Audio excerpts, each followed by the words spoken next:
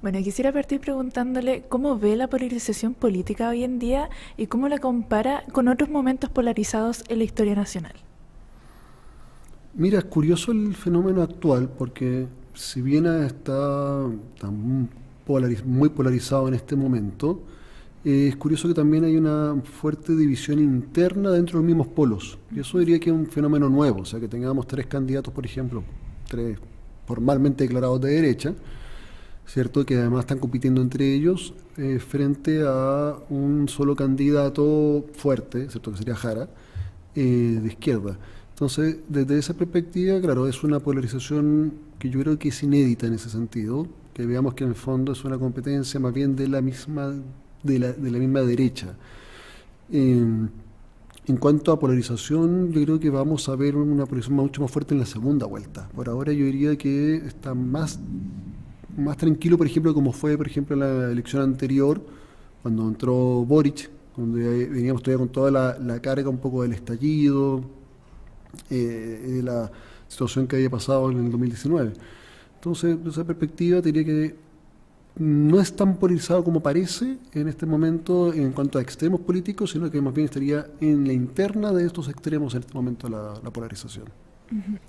Y desde una perspectiva histórica, ¿qué factores se han repetido en Chile y han favorecido la intensificación de la polarización a lo largo del tiempo? O sea, a ver, la polarización política siempre está vinculada a momentos de crisis, es decir, en momentos que hay una sensación de crisis surge también la idea de soluciones más extremas, ¿ya? En esa lógica, ¿cierto? Eh, Hay que bien sacar una polarización por definición fue la de los años 70, ¿cierto? 60 y 70, la elección de Frei Montalva y posteriormente Salvador Allende, ¿cierto? En ambas había una idea, ¿cierto?, de que era necesario hacer una reforma completa del sistema. Por supuesto, una polarización clarísima en su momento fue el plebiscito, el sí y el no, bueno, eran dos extremos sin vuelta. Y en general diría que en Chile tienes que pensar que después tuvimos muchos gobiernos de centro, donde más bien la lógica era dentro de un centro, no vimos este fenómeno tan polarizado. Y esta polarización ha ido creciendo, pero no solo en Chile, sino que a escala global, en los últimos 15 años posiblemente. Entonces, claro, momentos previos, como diría la década diría del año del 60 a principios de los 90,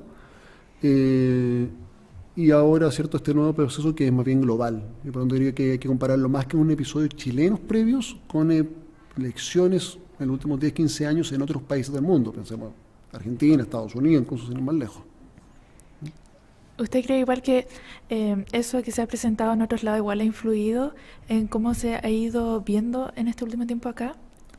Sí, o sea, en general la política global tiene oleadas, ¿cierto? América Latina tuvo una oleada, digamos, a la izquierda, se llamó la marea rosa en su momento, ¿cierto? Que prácticamente todos los gobiernos del continente tuvieron gobiernos de izquierda, centro-izquierda. Y lo que hemos estado viendo en los últimos 2 años, 3 años más o menos, es una vuelta más hacia los gobiernos de derecha. Eh, de hecho, bueno, pensemos que es lo que acaba de pasar en Bolivia, ¿cierto? Después de más de 20 años de gobierno socialista ha ganado la centro-derecha. Y después tenemos el mismo fenómeno que está pasando en Europa, o sea, gobiernos como el de Meloni en Italia, ¿cierto? Que no deja de ser un cambio en este signo, y por supuesto el caso de Donald Trump en Estados Unidos. O sea, efectivamente hay una situación global que es la que está mirando como referencia. O sea, sin ir más lejos, acá en Chile efectivamente los referentes para la derecha por lo menos son Trump y Milei en este momento. Y en cambio la izquierda como tal no encuentra o no ha podido hacer referencia a algún referente importante en comparación a otros países. O sea, no, en Brasil mismo no, la izquierda recién con Lula ha vuelto al poder y está todavía recuperándose. Y pues por supuesto están estas izquierdas no muy democráticas que hay en el continente. Entonces efectivamente ahí que hay un tema de los referentes y parece que en este momento serían las corrientes de derecha las que estarían marcando más bien la tendencia internacional. ¿Se ha cambiado entonces la tendencia? Sí, es que por eso digo, son Sí, cíclicos. son Son cíclicos. ciclos, sí. ¿Cómo cree que influye el tema de la polarización en los momentos de las campañas electorales? ¿Cómo se pueden ver reflejados los resultados? Ay, perdón, repíteme la pregunta que no Sí, entendí. ¿cómo cree que la polarización influye en los resultados electorales? Ah, a ver, que hay un tema ahí interesante. Si miramos no pensemos en esta elección, porque todavía no tenemos todo el dato, pensemos en la anterior, ¿cierto?